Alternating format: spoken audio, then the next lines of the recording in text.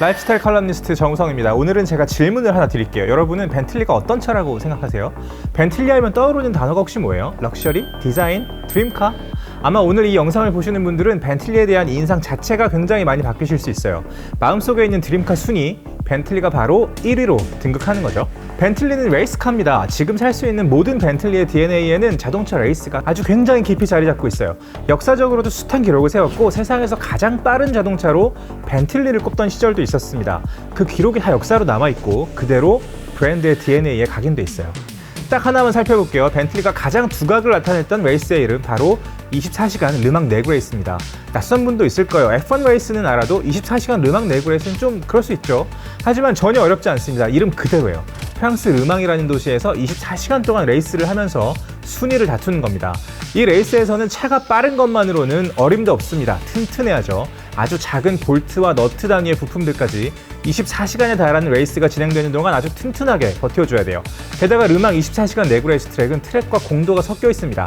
조금 더 험한 길, 아주 극단적인 속도로 기세로 24시간 내내 달려야 되는 거죠. 일단 24시간을 버텨낸 선수들은 다 승자입니다. 정말 그렇습니다. 하지만 그 대단한 선수들 사이에서도 1등은 가려야겠죠. 모두가 같은 시간을 달리기 때문에 24시간 내구 레이스의 승자는 거리로 정합니다. 정해진 시간 동안 가장 긴 거리를 달린 사람이 우승하는 거예요. 트랙 한 바퀴의 길이는 13.629km입니다. 이런 정도의 트랙을 평균 속도 시속 200km로 질주하는 겁니다.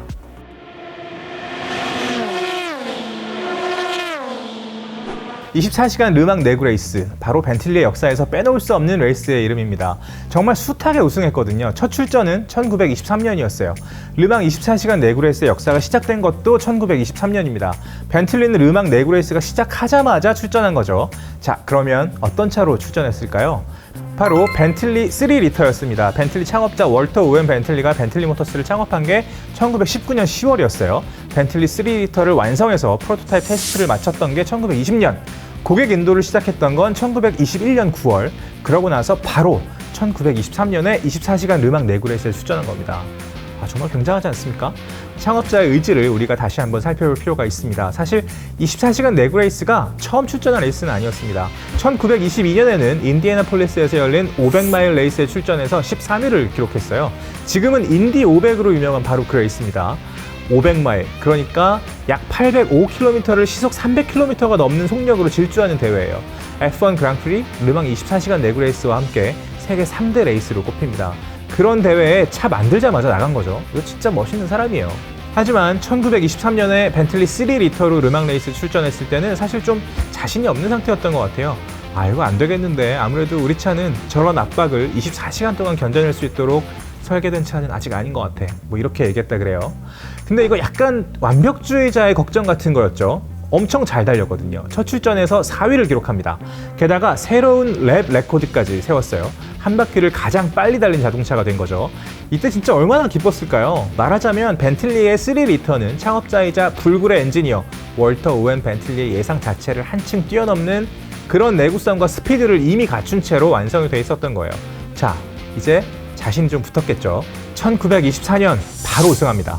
영광의 시작이었죠. 또한 벤틀리 보이즈의 시작이기도 했습니다. 이때 벤틀리 3리터와 함께 르망 레이스를 석권했던 드라이버들을 벤틀리 보이즈라고 불렀습니다. 월터 오웬 벤틀리도 포함된 이름이에요. 이때부터 벤틀리가 르망을 석권하기 시작합니다. 1927년 우승, 1928년에는 4.5리터로 우승했고요. 1930년에는 스피드6로 출전해서 1등과 2등을 석권합니다. 두 대의 벤틀리가 나란히 들어온 거죠. 이건 뭐 거의 난공불락의 브랜드로 등극을 한 겁니다. 가장 드라마틱했던 건 1927년 레이스였습니다. 두 대의 4.5리터가 출전했는데 화이트하우스 코너에서 사고가 났어요. 옆에 정말 하얀 집이 있는 그런 코너입니다. 두 대가 완전히 망가졌어요. 그래서 어쩔 수 없이 리타이어 했고요. 하지만 벤틀리에는 한 대의 벤틀리가 더 남아 있었습니다. 바로 3리터 벤틀리였습니다. 그런데 이 차도 사고가 났어요. 하지만 고칠 수는 있는 정도였습니다. 그래서 피트에 들어갔죠. 어떻게든 고쳐냈습니다. 헤드라이트도 고장나서 랜턴을 윈드스크린에 둘둘 말아가지고 붙이기까지 했어요. 정말 어떻게든 트랙으로 다시 들어가서 달려야 되니까요. 그래서 밤새 달릴 수 있었고요. 결국은 이 3리터로 우승해버렸습니다.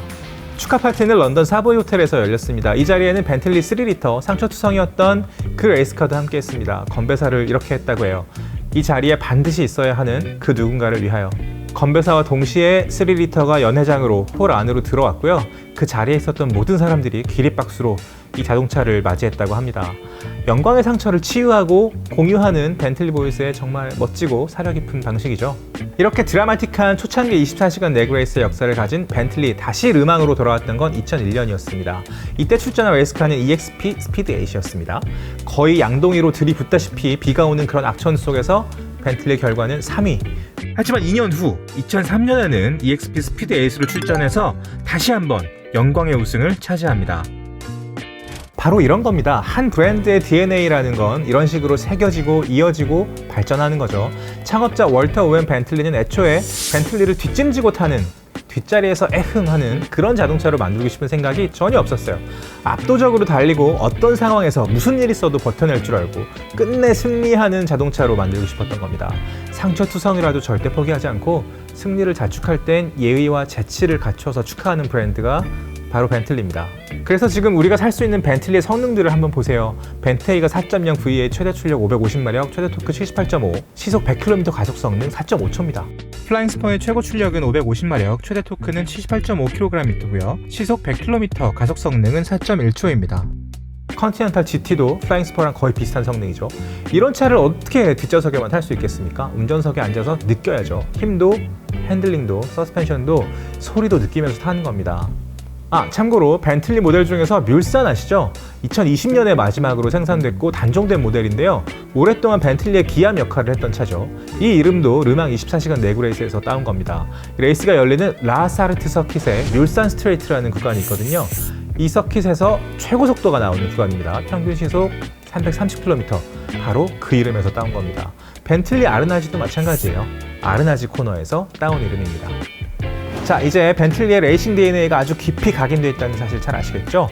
이런 역사와 캐릭터를 알고 나면 우리가 일상에서 벤틀리를 대하는 그런 태도도 달라질 수 있습니다. 훨씬 더 즐겁고 신나는 마음으로 벤틀리를 즐기고 탈 수 있게 되는 거죠. 저희는 또 흥미로운 벤틀리 이야기로 다시 찾아뵙겠습니다. 지금까지 라이프스타일 칼럼니스트 정우성이었습니다. 감사합니다.